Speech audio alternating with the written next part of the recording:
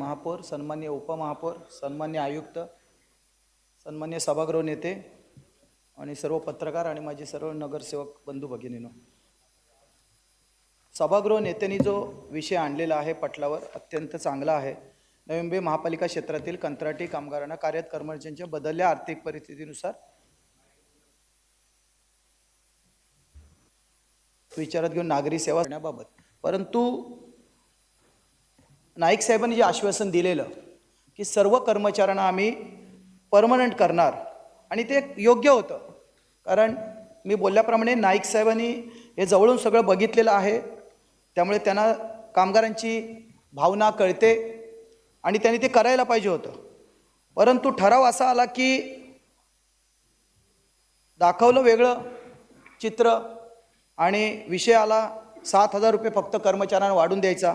महागाई प्रचंड वाढलेली आहे, कुठल्या सरकारने वाढवली याच्याबद्दल वेगळी चर्चा होऊ शकते, परंतु महागाई अशी प्रचंड वाढलेली असताना फक्त 7,000 रुपये वाढून कर्मचाऱ्यांना आपण काय देणार आहोत, याच्यामध्ये कुठल्याही कर्मचाऱ्याचं समाधान होणार नाही आहे।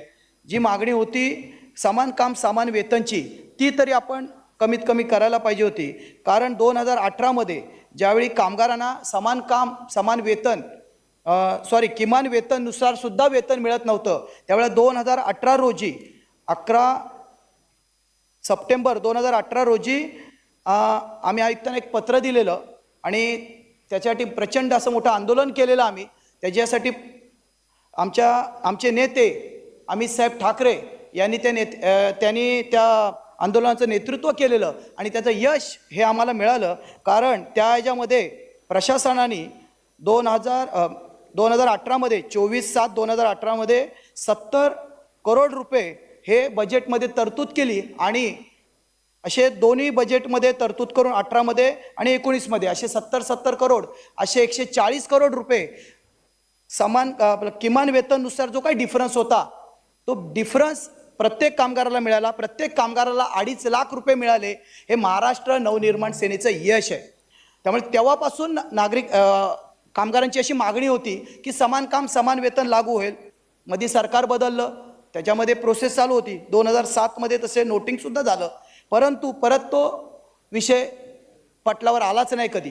माझी मागणी आहे, प्रशासनाची सुद्धा काही गोष्टी असतात की आपलं बजेट हे 7,000 करोडचं एकदम 8,000 लोकांना आपण परमनंट करू शकत नाही, मला मान्य आहे। त्या बाबतीत सुद्धा मी म्हटलं आपल्याकडे 5 वर्षाचा कालखंड आहे, आपण 10-10 वर्षाची टेंडर काढू शकतो, तर किमान 5 वर्षाचं जे कालखंड आहे त्याच्यामध्ये 4 वर्षामध्ये प्रत्येक वर्षी 2-2 हजार कर्मचाऱ्यांना आयडेंटिफाय करून की जे लवकर रिटायर्ड व्हॉटएव्हर जे ज्याच्यामध्ये आपल्याला ज्या गोष्टी समाविष्ट करता येतील त्या करून की 2-2 हजार टप्प्याटप्प्याने आपण प्रत्येक कामगाराला जर परमनंट केलं तर ही कामगारांची जी आपल्याला उणीव जाणवते तर ती उणीव आपल्याला जाणवणार नाही आणि कामगारांचं सुद्धा यामध्ये भलं होईल आणि आपल्या बजेटमध्ये सुद्धा तशी तरतूद केली, त्यामुळे आपल्याला कुठल्याही प्रकारचा अतिरिक्त भार हा पडणार नाही।